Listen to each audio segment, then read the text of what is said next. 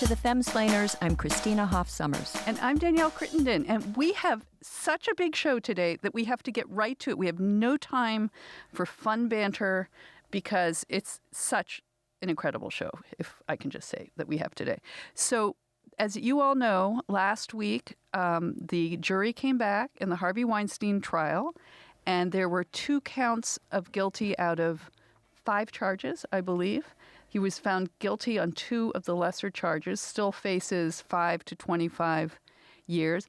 We talked on our Harvey Weinstein episode just how problematic this whole trial had become. Well, to be clear, neither of us thought it was. I didn't think it was problematic until I found out more about it, particularly by listening to this podcast where they reenacted the testimony. It was the Harvey Weinstein trial, unfiltered. It was 2 Irish reporters, yes, Anne and Phelim McAleer, married, right, and they were doing, they had actors, right, reenact the high points of the testimony. And that's where it completely changed my view because I began to see, thinking of myself on a jury, what would I find him guilty of rape and very serious charges based on the testimony of Miriam, Hallie, and Jessica Mann.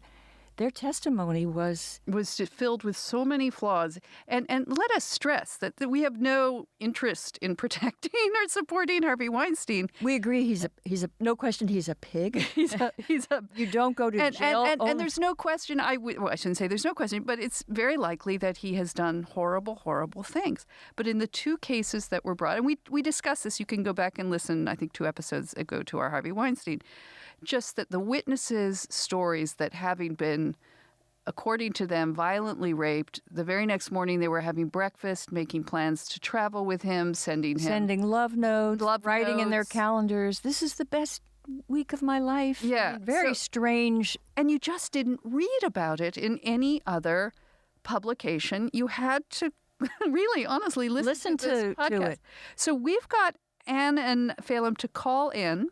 We're going to talk to them because they were in the room every day, just talk to them about, what they saw, what they felt about the verdict. And then after that, we're going to have New York Times columnist Ross Douthat, an AEI scholar, he's my colleague, coming into the studio to discuss his new book, The Decadent Society. Ross, you didn't say his name. I did. Ross Douthat. Douthat. Oh, I think it's like Ross do that, Ross don't do that. No? Yeah, it's a hard name. Ross Douthat. Sorry. Douthat. Author of The Decadent Society. Douthat. No, Douthat. Sorry, go on. Author of The Decadent Society, How We Became the Victims of Our Own Success. And I think in this studio, we're all okay with decadence, but Ross He's going to tell us why it's our undoing.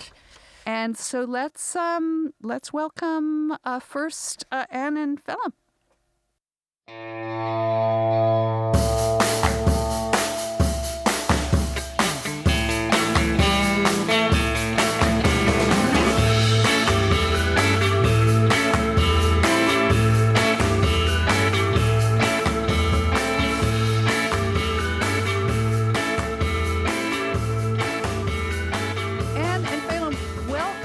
To the Femsplainers, we've been following you every day of this case. Of course, we feel like we know you, but we don't.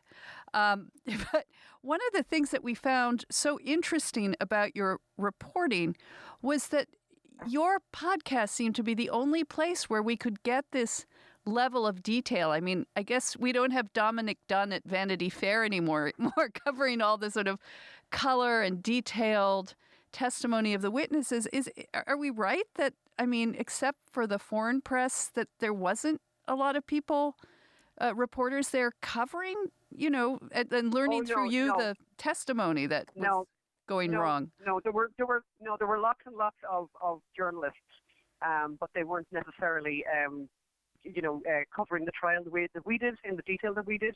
No, there was no shortage of journalists. In fact, it was a big problem, actually. There was about 70 journalists every day in the courtroom, but I think there was a big problem with how they were reporting on it. That's rather more interesting aspect of this.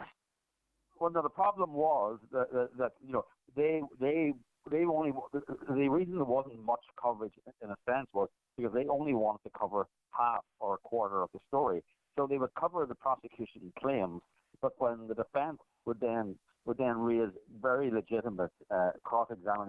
question and put holes in the case, then they would put their pens down and put their laptops down. So it reduced the amount of coverage and it reduced the detailed coverage because a lot of the reporters were activists with laptops, and when you're not able to report half of a court case, then that reduces your coverage. Yes, and what was interesting is that I was very surprised, having heard the testimony of Jessica Mann and Miriam Haley, and they were, when they were cross-examined, their cases were not the sort that a jury would typically, find enough evidence for guilt, right? Yeah, that was definitely the feeling in the courtroom. Anyone skeptical, anyone fair, who sat through their evidence was scratching their heads. Sometimes they were scratching their heads if the case ever made it into the court. And I mean, the consensus among anyone skeptical in the courtroom was that the Jessica Mann case would be thrown out by the jury. People they thought maybe Miriam Haley might have squeezed through, but there was widespread skepticism that there would be any consideration by the jury of Jessica Mann's case, and they were shocked that he was convicted of that attack. So I think this was a political prosecution in a sense. It was heavily suffused with politics and culture and a movement, and it's if you listen to our podcast, there are big holes in these cases, and we wonder, were the jury able to take a step back and look at those holes? Oh, I would love to know what went on in that jury. and clearly, both Danielle and I think you agreed that it was Annabella Sciorra's case was the most believable and compelling, and it didn't have the problems of those other two, but she wasn't the one. But yeah, it was beyond the statute of limitations. To your point, Phelim, that I was listening on last week as the jury were deliberating, to your point exactly, and they had some reporters on just in their roundup of the week talking about the Harvey Weinstein trial, but with no reference to any of this evidence or testimony. In fact, the only thing that they would say is, well, if he's found innocent, this will be a real colossal failure for Me Too, or if he's found guilty. But nobody discussed the details. And I want to stress, this isn't to say that Harvey Weinstein isn't, some sort of sexual predatory monster. But what was so shocking, and what I think you guys revealed really well, was how sort of flimsy, like if these were the best cases the prosecution could come up with. Absolutely. It's extraordinary. I mean, in the case, if you think, really, would you want your mother to meet your rapist? Would you write to your rapist and say, I really want you to meet my mother? Would you write to your rapist and say, please come to my birthday party? Would you get your rapist to fly you to Los Angeles the day after a rape, and then the first person that you meet when you come back from being on holidays on a ticket paid for by your rapist, go and see your rapist and have consensual sex with your rapist? Does that behavior seem reasonable? And the only thing that they asked of the jury was to bring reasonableness to it. They're not meant to be experts on anything. They're experts on being reasonable and common sense. And I don't believe any of that was in evidence here. You had situations with one of the accusers ending up in Cannes and writing to Harvey Weinstein, to her alleged rapist, saying, I'm going to be staying on my own. I'm going to stay in an apartment on my own. It's a detail list. Why would you give that kind of detail to someone who has raped you in the past? So, and I disagree with you about the Annabella Sciorra. But I'm open to being challenged on that. But I think if I was raped, I'd know what year it was. I think it's a huge thing to say I was raped either this year or that year, and not being sure which one it was. That's a good point. unless you're somebody who, for example, was in some kind of rape camp or something where it was going on all the time. But if this is this one huge thing that's happened to you in your life and you don't know what year it was, I think that's extraordinary. And I also couldn't get my head around, we're in New York obviously covering this case, and we have friends who live in some very, very nice apartments, and we've gone to visit them. And the doorman, you cannot get past the doorman in a nice building. And she was in a nice building in Gramercy Park where there is no record of anyone ever complaining.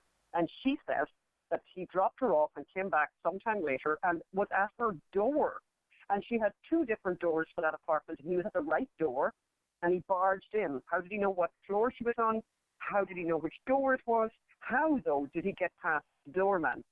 And interestingly enough, they were able to find the man in charge of the doorman for that period, who was able to stay with really, with absolute conviction exactly who was working the shift during those particular days, and what happened when they needed to have a bathroom break.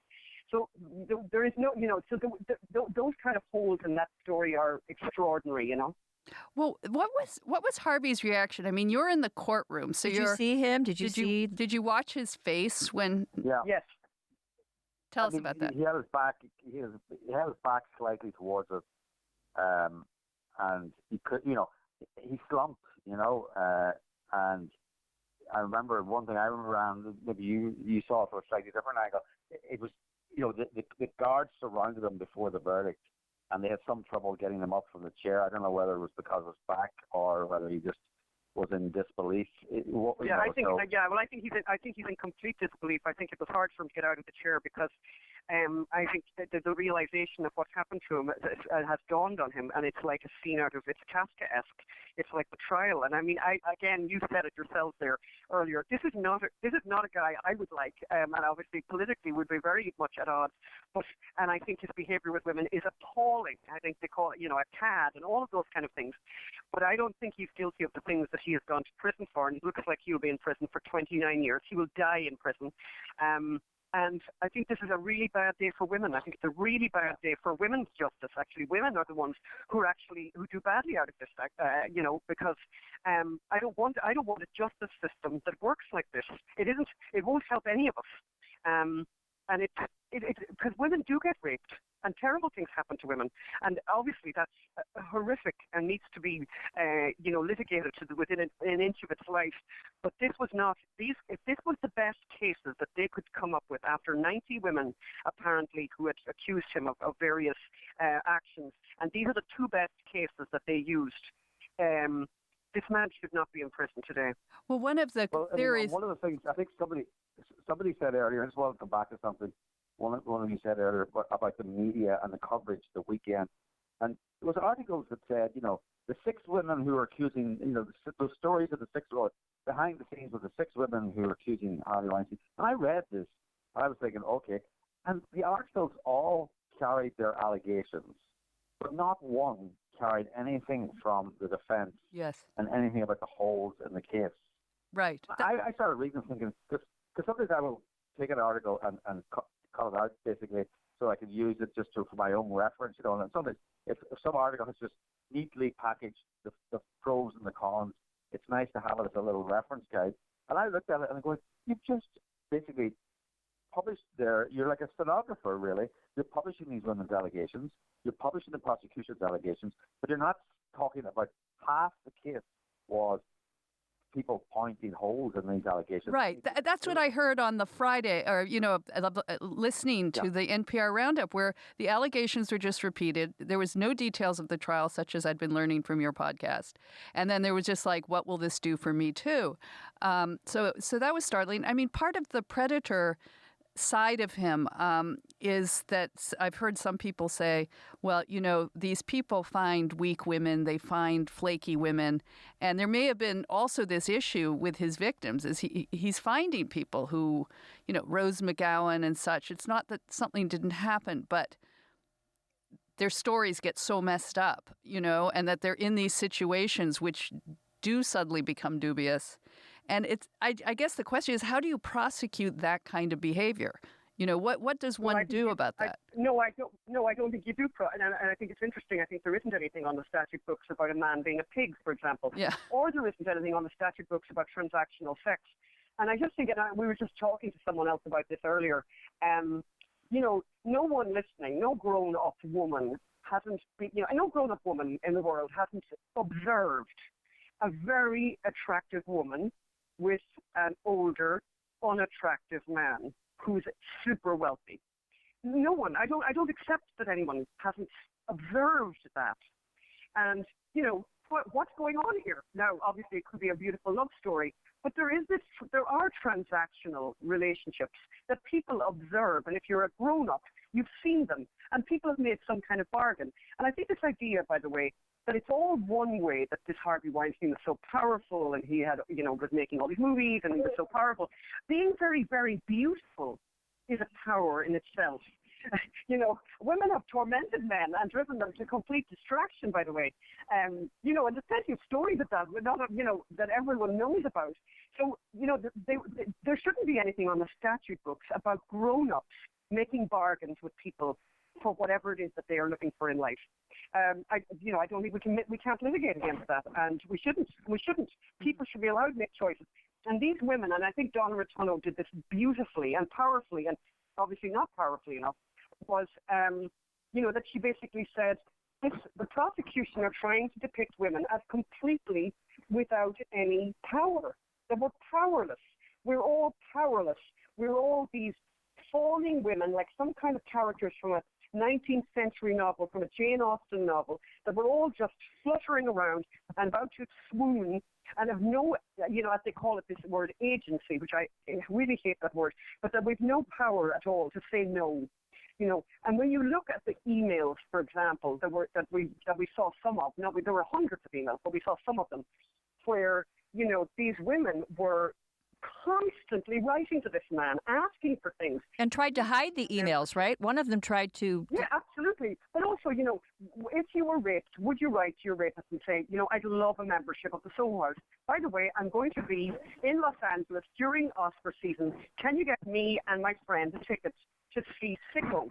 And it's like, really, this goes beyond any kind of rationality for me. I just don't understand the powerlessness of people who are asking their rapist for things. Well, there's one other thing, too, to keep in mind is two law professors, probably feminist law professors, wrote a piece in the Daily News, I think it was yesterday, and they pointed out that this verdict sets a dangerous precedent, because most of the people that are going to find themselves in court are not going to be wealthy and to be able to afford even the sort of defense Weinstein had. But now that they lower the standards of proof, they allow prior bad acts witnesses to come in and crush any possibility of a defense.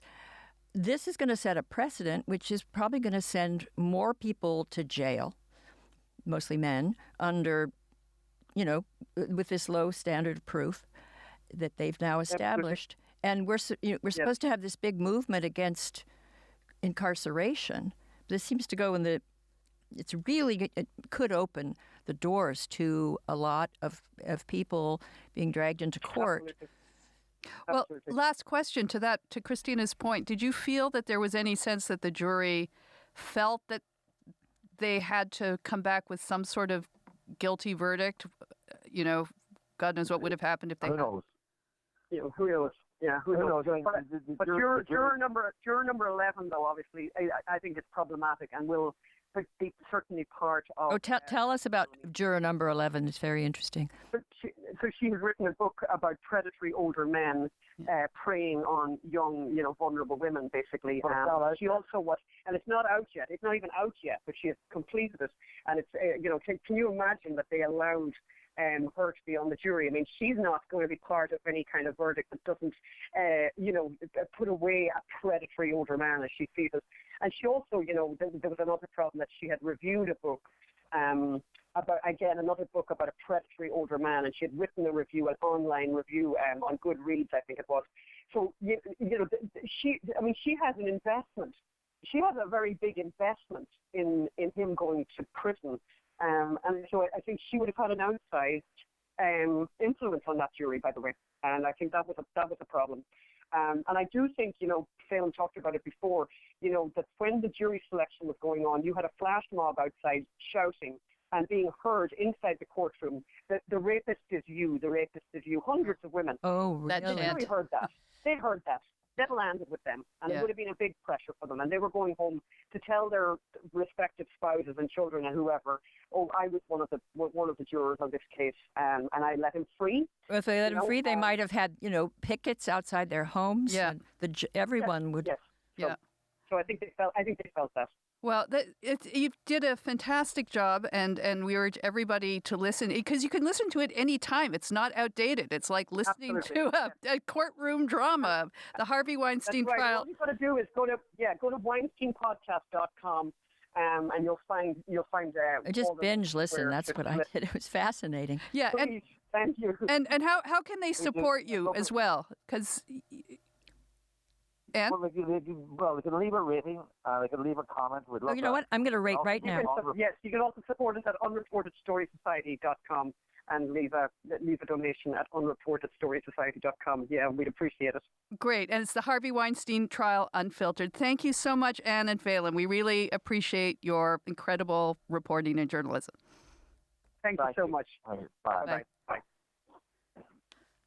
Well, those two really did do incredible journalism, and Harvey Weinstein goes on trial in L.A. shortly. I think in England there are more charges. Those cases are stronger. Right. So his chances of getting convicted are well, he's already been convicted. Yeah. But I think it's likely again. But I worry about this case. The precedent, and other feminists do. I mean, I think you were referencing just outside Two law of the podcast. professors, yeah. No, also an article in The Nation, which raised Yes. The Nation. But I urge you to listen to the testimony and then think what you would do as a jury that had to rule beyond a reasonable doubt, not just that he was an evil predator, but that he was a criminal rapist.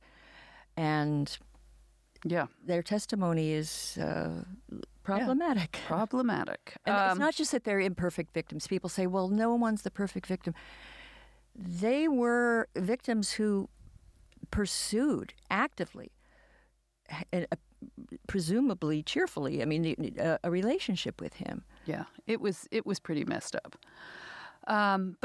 So before we bring in Ross, who, by the way, is going to be the first person to be served from our new official Femsplainers bar cart, which I ordered online and assembled myself and brought into the studio because we have all that elegant glassware. Which was sent to us. By listeners. So I'm going to put it on social media.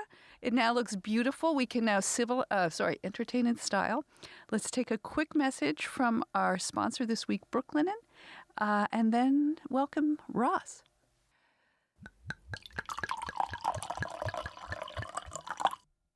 So, Christina, you remember during Sober October, I cut alcohol completely out of my life, and I felt great. And then when Sober October was over, I've managed to really scale back on my cocktail intake. And I know we have mixed feelings about that in this studio, but it does show that small changes can turn into big lifestyle changes. Yes, and that applies to changing the things you have in your house. Like the right towel can turn a bathroom into a spa, or loungewear into this feeling of luxury. The right bedding can turn a bed into a retreat. And Brooklinen has the internet's favorite sheets, but they're also home to bedding, loungewear, towels, and all those beautiful things that can bring you positive lifestyle changes in your home. And with more than 50,000 plus 5-star reviews and counting. Well, I understand those reviews because I just ordered new towels and sheets, and they are wonderful. And I didn't realize how badly I needed them. My old towels were just so thin and useless. Yeah, you were getting into that old lady territory with it. I know. But Brooklinen, and the reason you can get such good deals at Brooklinen, because they were the first direct-to-consumer, DTC, as we say, bedding company. They work directly with manufacturers and directly with customers. No middlemen, just a great product and service. All luxury products without the luxury markup. Brooklinen.com is the perfect place to start making small changes that make big differences. In fact, Brooklinen is so confident in their product that all their sheets, comforters, loungewears, and towels come with a lifetime warranty. Go on, make yourself comfortable. And get 10% off your first order and free shipping when you use the promo code FEMSPLAIN. Only at brooklinen.com. That's BROOKLINEN.com. promo code FEMSPLAIN. And this, by the way, when you shop with our sponsors, it really helps us. We get credit, and it helps keep the podcast going. And hey, New Yorkers, if you're listening, you can get the internet's favorite sheets and more in real life at their first store in Brooklyn, 127 Kent Avenue in Williamsburg. Brooklyn and everything you need to live your most comfortable life.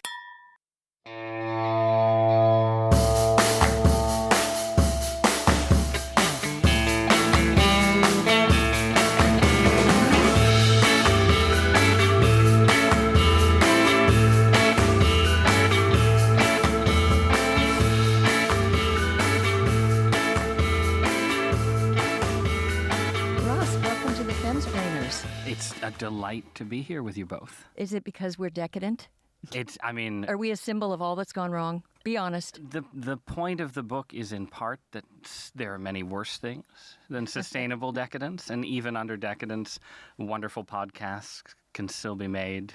Delicious beverages can be imbibed. I noticed we did pour you a glass of white wine, so it is full decadence now. It's full decadence. I brought the chocolate-covered strawberries there out in the green room. But... And Ella is peeling grapes as we speak. Excellent.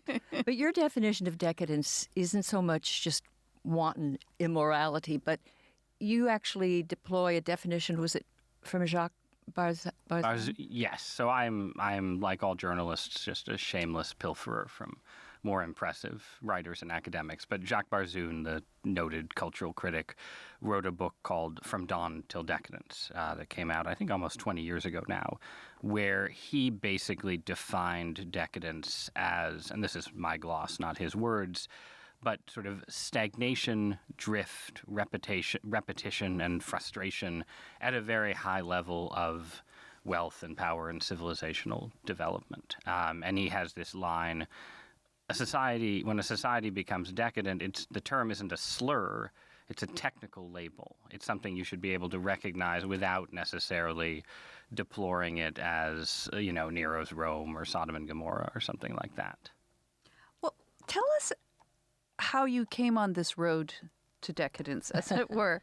That when we were, I was, going through and getting some stuff on your background before the interview, and even though we know you and I'm friendly, but I realized there's not. Here you are, this famous, New York Times columnist, writing all these books. This is like your fifth book, I think. 3 of them on fourth and a half. I co-wrote one. Have you written a novel? No. Will you write a novel? I can neither confirm nor deny that I have a bad novel somewhere on my computer. But a lot of your last 3 very important books on religion, and your convert to Catholicism, on privilege, and love that book. But I want to hear a little bit of the personal Ross and how you came. Because you're still, by our standards, pretty young. A kid. I did just turn 40, so I am no longer young. A baby. Oh, I just saw a book. It was Fathers and Sons, and they referred to an elderly widow. She was 43. Yeah. Well, not to make you feel bad. No, it's only my wife is still 39, so we now have a June-December romance. Yes. Well, tell us a little bit about your background. You grew up in New Haven. You had a great-grandfather who was governor of the state, correct? I did, although I feel like that little piece of data has been sort of stripped of context, and occasionally on Twitter I will see somebody accuse me of belonging to a political dynasty or something like that. And the reality is that my great-grandfather was a poet and an academic, and back in the day you could be a poet and an academic and dabble a little bit in politics, and he ended up becoming lieutenant governor of Connecticut and then ran unsuccessfully for governor. But the sitting governor resigned before filling out his term. So for 2 months, he was governor, and that was the extent of the political. But you get the title. You get the title. No, listen, we live in Connecticut now, and someday I want to take all my children to the state capitol and find the portrait of Wilbert Snow, the great New England patriarch from whom I am descended. But you were born in 1979, but in San Francisco, except then you basically you grew up in New Haven, is that right? Right. So my parents were from basically as far apart as you can get in the continental United States. My dad grew up in Santa Monica, and my mother grew up on the coast of Maine, mostly, and a little bit in Connecticut. And they met in Berkeley, where my mom was getting a PhD in English, and my dad had gone to law school but didn't want to be a lawyer and was painting houses. And it was the late 70s, so you could live in Berkeley and afford to live there as a PhD student and a part-time house painter.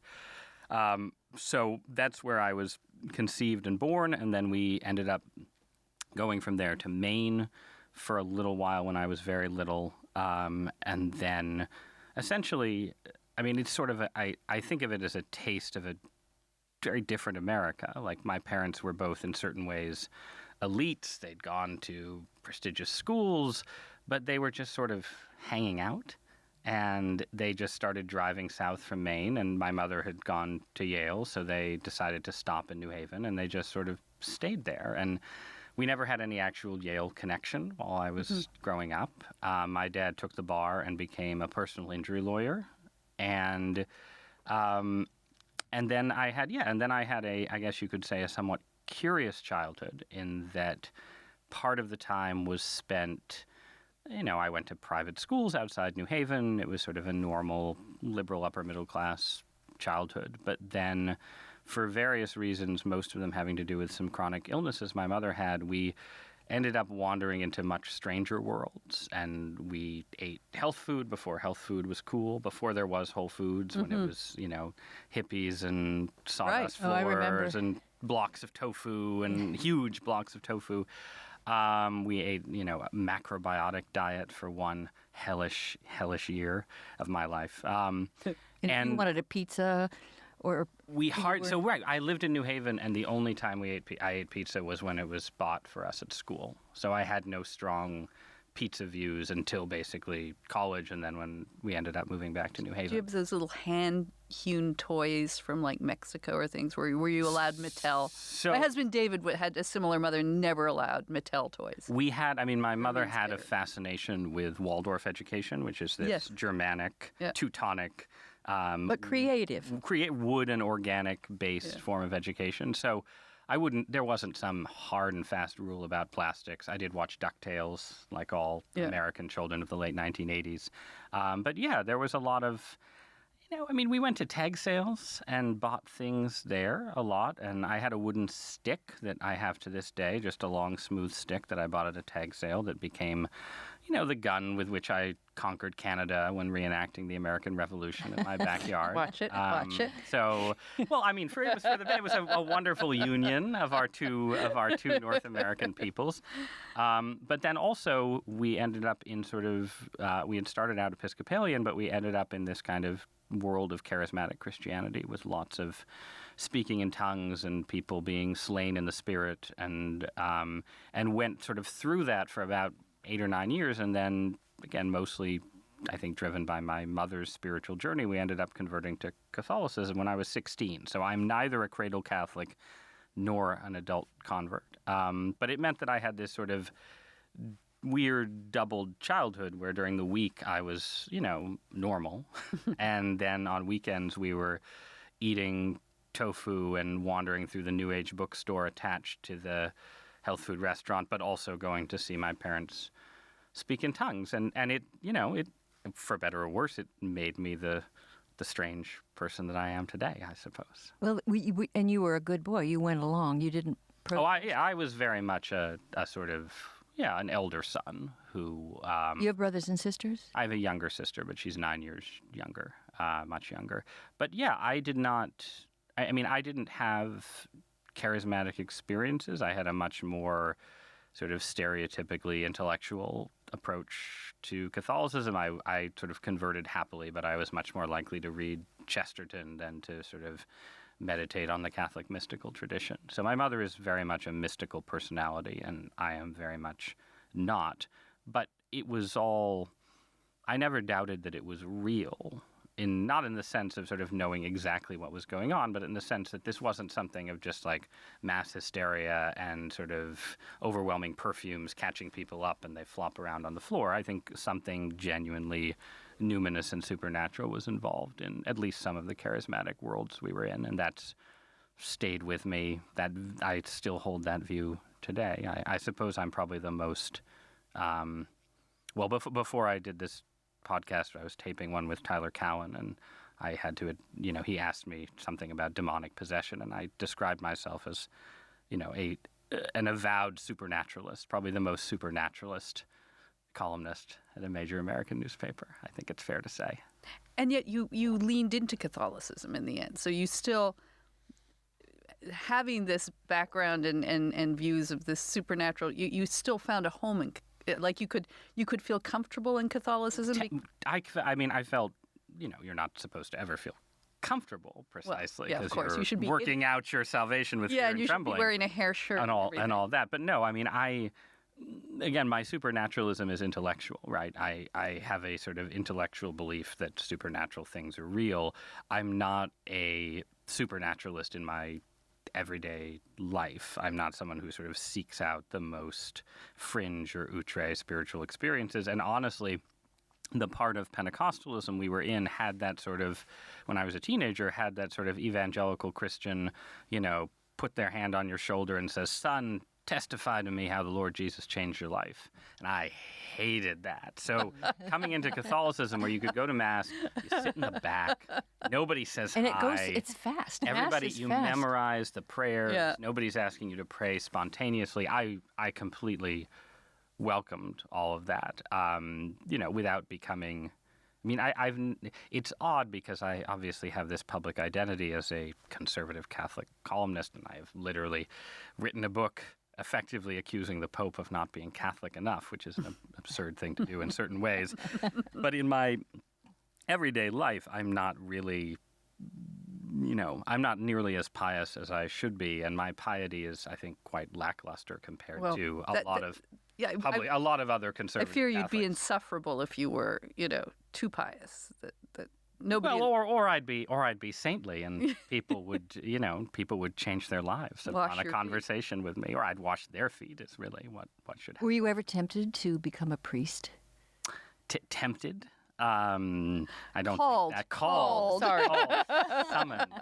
Not. I think especially any convert or sort of intellectually minded convert has considered it from time to time. But no, I never felt a call to the priesthood. I felt a call to, get a girlfriend, and that took long enough. So You met Abigail, your wife.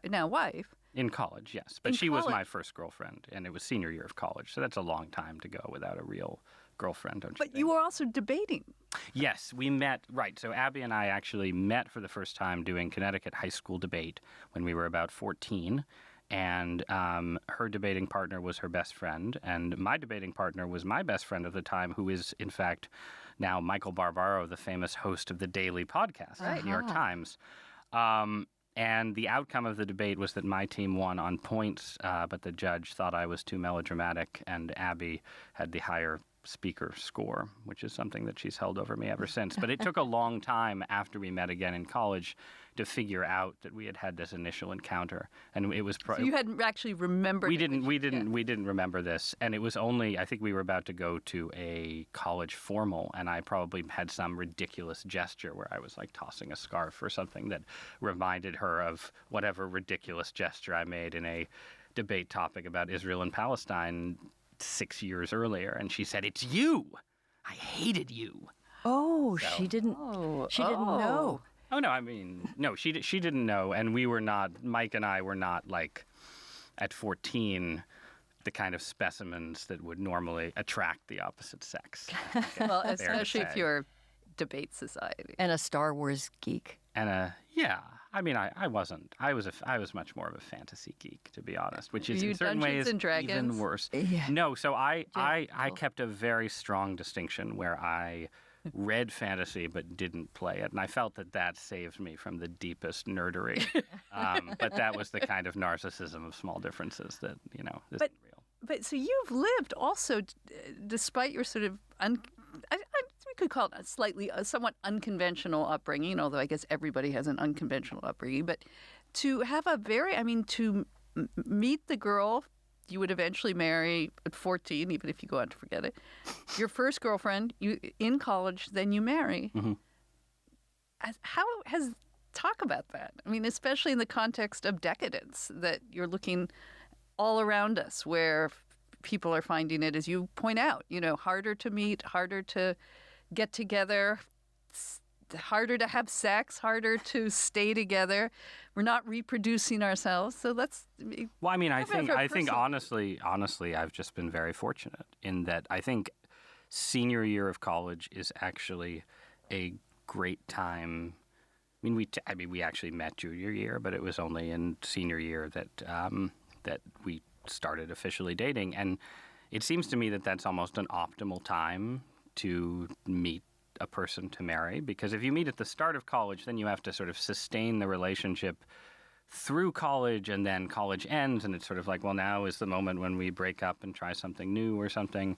But to meet at the end, I mean, we actually didn't permanently stay together. We broke up briefly when she was a newspaper reporter and ended up in upstate New York, and I was in D.C., and so we had sort of a hiatus briefly in our early 20s, but then she got a job at the Baltimore Sun, and I was in D.C., and it seemed, it made a lot of sense. But I think that was lucky. I feel like a dating world that sort of expects people to date someone for 2 years and date someone else for 2 years and date someone else for 2 years, always wondering, is this the right person? Is this the right person? To say nothing, obviously, of the world of Tinder, is not a world that sets you up well for marriage. And Abby and I got married, not, insanely young, but we were 27. And so most of our adulthood has been spent together. And, if it's the right person, I think that's a good thing. But it wasn't, I didn't choose to encounter her again in a Gothic literature class in junior year of college. That was something that was given to me and to us, but mostly to me, I suppose. Does that make you think it's predestined, or, I mean, given your more supernatural? Well, I'm not a Calvinist. I am. So it's not. But how did you know? How did you know? How did you avoid that breakup trap? Well, I think there, in anything, there's some sort of providential elements, right? Like, so she worked in upstate New York, and then she was, back when newspapers were still a going thing, she was trying to get jobs at sort of the next level of newspaper, and she applied for a job at the New Orleans Times-Picayune and applied for a job at the Baltimore Sun. And she was offered the Times-Picayune job first, and had she taken that job, she would have moved even further away from me. Would have won a Pulitzer, because they got to share a Pulitzer after Hurricane Katrina. But she actually ended up covering Hurricane Katrina for the Sun anyway. But so then she got the Sun job, and she chose the Sun job. Hopefully I had something to do with that. But having that opportunity meant that we were brought back together in a way that made it easier to escape the sort of attenuation that distance creates. How did you retain your religious faith through? There must have been so much testing and pressure through college, and it's unusual. A lot of people these days seem to lose their faith. The culture has. I mean, I wasn't a particularly impressive specimen of Christian faith in college. I went to Mass on Sundays, the 5 p.m. student Mass that, you sort of drag yourself to at the end of a Sunday. That's a civilized hour. But I wouldn't say it was like a high tide point for my faith. But it was less about. I was never particularly sort of tempted or drawn towards either outright atheism or just sort of various alternatives to Christianity. The stress of college was much more that, everyday life in college is not about religion. It's not about God. It's about, hanging out with people and drinking too much and, trying to meet girls. Did you take any philosophy courses? I did. So my official major was history and literature. And so I did a lot of British history and Victorian novels, but I also, at a certain point, became friends with people who were in the orbit of Harvey Mansfield, the famous conservative Straussian professor at Harvard. And at that point, I did a sort of binge of political philosophy. So that meant a couple survey courses, some other classes. I took Mansfield's Tocqueville seminar. So I have some, and this was, I never went to graduate school, so Harvard is the whole of my professional education, but I still have some Plato to Nietzsche material kicking around in the back of my mind. Well, what then fed your idea? I mean, so you keep sort of suggesting that you're, I'm not that strong about that. I'm not so, I didn't become a religious, extremist or speaking in tongues, but yet you write profoundly about it, and you have this very strong view of decadence, and I think informed by your religious. I would make a distinction between my personality and temperament and my beliefs. Right? I think I have a fairly cool, not cool in the sense of being cool, but in the sense you of are a nerd. chill personality. I have maybe a certain ironic distance that maybe is a little too much at times from some of my, put it this way. I was the editor of the conservative newspaper. I was then the conservative columnist for the Harvard Crimson. Then the only job I got after college or was offered was at the Atlantic magazine, which is not officially liberal, but most people who work for it are left of center. So I was a token conservative there for many years, and then I was hired as a conservative columnist for the New York Times. So I have spent my entire professional life as someone who is representing a perspective that most of my readers don't necessarily share. And that sort of requires you to cultivate a little bit of detachment. You can't just be sort of banging people over the head with what you think is true. At the same time, I do have strong beliefs about what is true. I really do think that the Catholic Church is the one true church and all of that. And so I guess my writing is sort of a balance between that sort of slightly distant style that fits my professional obligations and my temperament, and then my actual beliefs, which on some issues at least are pretty zealous. John Henry, I guess he's Saint John Henry Newman. He is indeed. Yes. He had, of course, an influence on Chesterton, and then Chesterton was influenced everyone else. And then you had these literary Catholics, and it was such a powerful movement at Oxford University. And is there any chance of having something like that today? I mean, it's just think of the, Graham Greene and J.R. Tolkien and Evelyn Waugh. I think it's difficult in part because Catholicism itself is in a state of sort of persistent fracture, right, in a way that means that Catholic intellectuals and writers are very often turning inward to intra-Catholic arguments in a way that, it's not that there weren't intra-Catholic arguments in the 1930s. Obviously there were. But I think there was less of a sense of sort of a Catholicism really in a state of sort of not just political but theological civil war.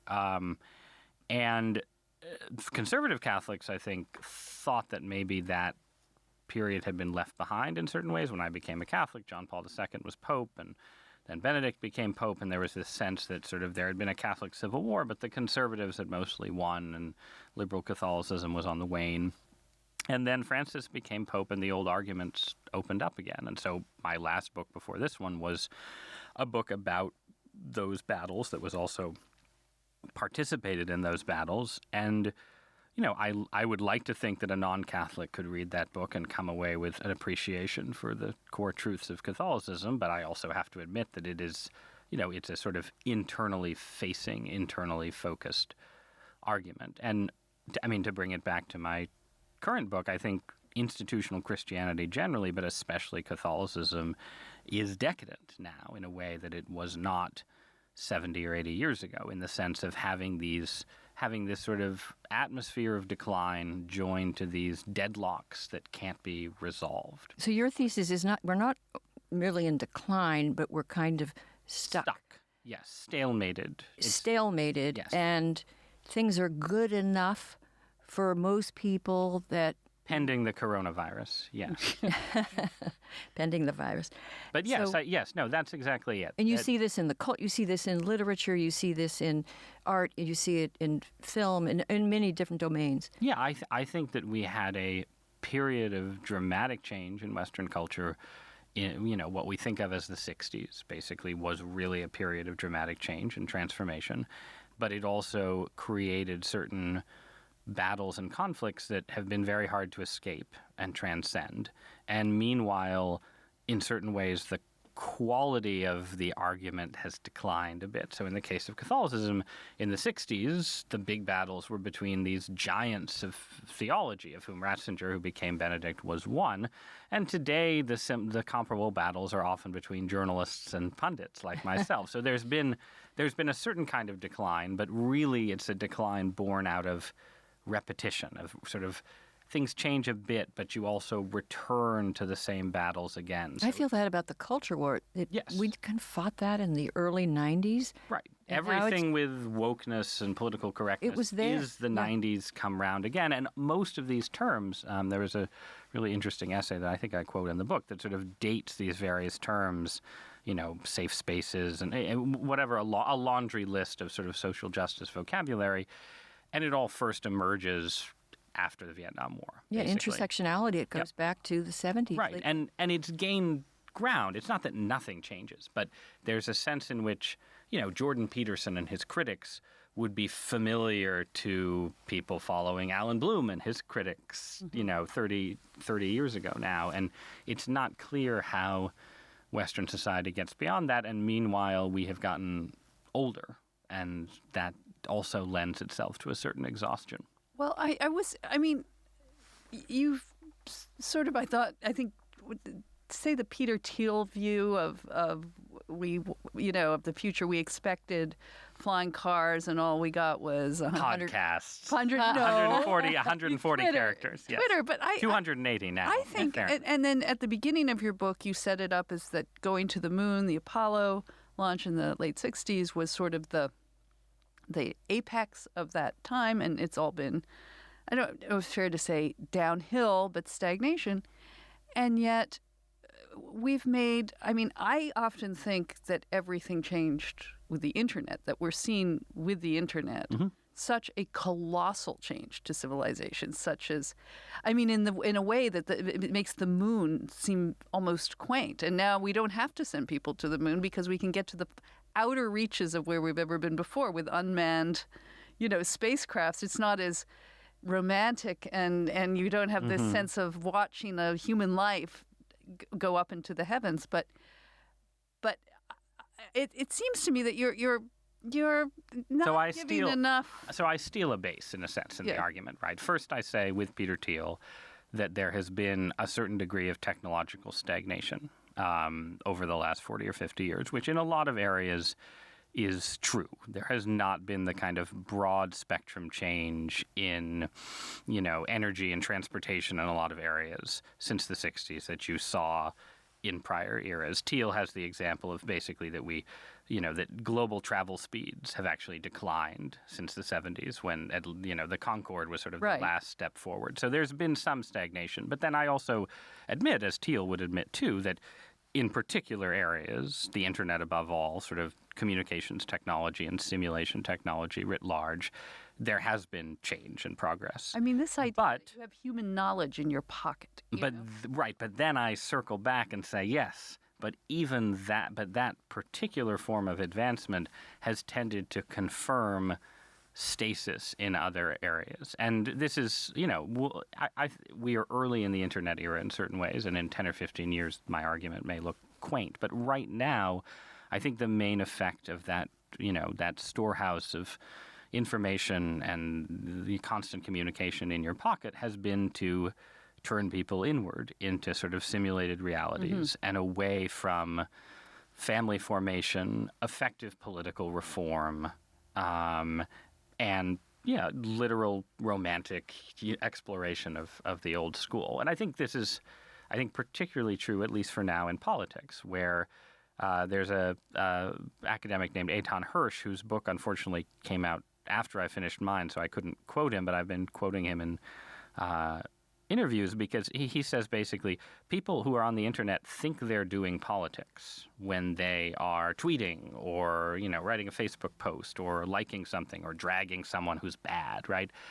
But in fact, they're engaged in a kind of virtual politics that he calls it political hobbyism, basically, that has nothing to do with the work of actual mass mobilization that everything from labor unions to grassroots Christian conservatives in the 1970s used to do in order to affect change. And so that's a fruit for now of the internet, that it sort of pushes people away from real political action towards sort of pseudo-political action in ways that then ratify the part of decadence that I think everyone agrees on, which is the decadence in Washington, D.C., the age of sort of stalemate, gridlock, congressional incapacity, and so on. Well, I took it as when you were saying, like I take your point about the Concorde and trains and transportation remains the same, but it's almost like and I know you're not, obviously, a Marxian view of things, like unless it's like, big unless truck, there's a train, unless right. there's a fast, and we do have bullet trains in some part of the world, just not in Amtrak. But that we are, I think, I would argue, we're in the sort of early renaissance of this incredible change that has happened, where you are about to have packages delivered by drones and Uber, everything for transportation. I can instantly have someone pick me up. Memory and how, and I think you're right. I think we're trying to figure out how to cope with this. It is bringing us into this inward. If I've got the world in my hand, why do I need to look up? Right. I don't have to leave. What was it? Pascal said, all the problems of the world can be attributed to a man's inability to stay home alone in his room. Except now they are staying home alone in their room. Now they're not alone, right? They're never alone. Well, and this is, I think, one of the, I think in certain ways the core question of the internet age is what kind of trade-off are we making, right? So if you look at teenage behavior, right? Teenagers in the internet era are so much better behaved than they were when I was young. It's dramatic. I just saw a right? graph yesterday. Every measure. Drinking, driving, teen pregnancy, sex, cigarettes. Age of first sex, cigarettes. Except video games. That's gone way up. So, but then the flip side is internet use is way up, video games are way up, depression and anxiety and suicide rates are way up, and then one step beyond, you see a decline for now. We'll know more in 10 years, but you see for now a decline in successful relationship formation as adults. And I think that kind of trade-off is characteristic of decadence, as I'm describing it, basically, that it's a form of social peace, and it has real advantages. It's not collapse and chaos. It's not the crime wave of the 1960s. It's not the drug culture of the 70s. Yeah, even the not protests, I lived through them. They were much more violent. Yes.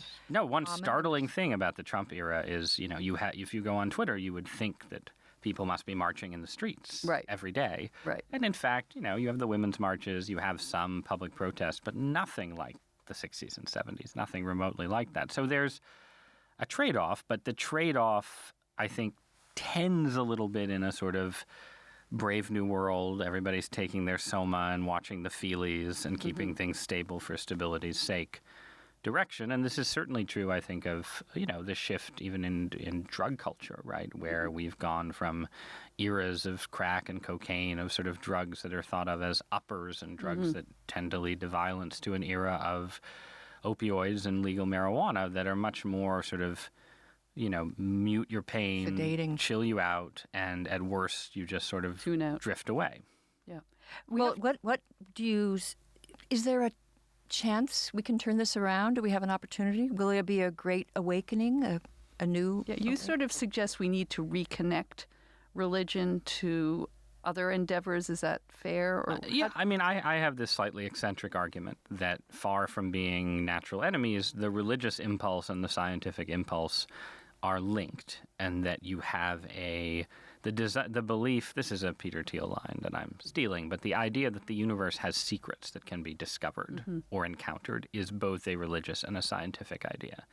And that I think that impulse in both religion and science points out of decadence in various ways. But my basic view is that we can get out of it, but there probably needs to be some kind of disjunctive event. So it's not enough to just sort of right. Well, exactly. This is decadence is better than some disjunctive event. Well, and we're talking, a plague would do it, a meteor, we might have one. so on. Right. Might have one. Right, and this will be. I said this in my column about the coronavirus that it is a very direct test of my thesis about sustainable decadence. We're going to find out how sustainable certain things are, potentially. Or it may pose a minor risk and we'll get hysterical and overreact and, create drama for no reason. But But I think you need something, whether it's some big-ticket real-world invention that's not just your iPhone, but is, a genetic engineering breakthrough, not just self-driving cars, but some more dramatic robotic. A cancer cure. Right. And life extension or religious revival or, in the realm of politics, a real political realignment, right? I think you could say political decadence ends when it's possible to win a landslide as a presidential candidate again. Yeah. That's one way to think about it. And that's been stagnant, as you point out, for 30, 40 years in our politics? Yeah, I think Reagan was the last real landslide. Obama had a minor one, but that was a great recession. We might have one coming up. Oh, God. We might. The Trump realignment may be fulfilled, or the Sanders realignment. We don't know. That's the thing. Well, Ross, thank you so much for joining us, and we're going to, I think after that, just have a strong drink. Sounds good to me. Thank you both. Hey, thanks for listening to the Femsplainers. Keep up with us on Twitter and Facebook at Femsplainers and on Instagram at Femsplainers Podcast. Send questions and comments to contact@femsplainers.com. A big thanks to Ella Ryder, our research and in-studio production assistant, and to Nat Frum, our audio and video editor. And we're proud to be part of the Ricochet Network and grateful to the American Enterprise Institute for allowing us to record in its studio every week in downtown Washington, D.C. And miss something? You'll find everything you need at our homepage, femsplainers.com, including links to past episodes, our sponsors, where you can sign up to support us, and even to merch. And please don't forget to like us or give us 5 stars on iTunes. Thank you. Cheers. Cheers.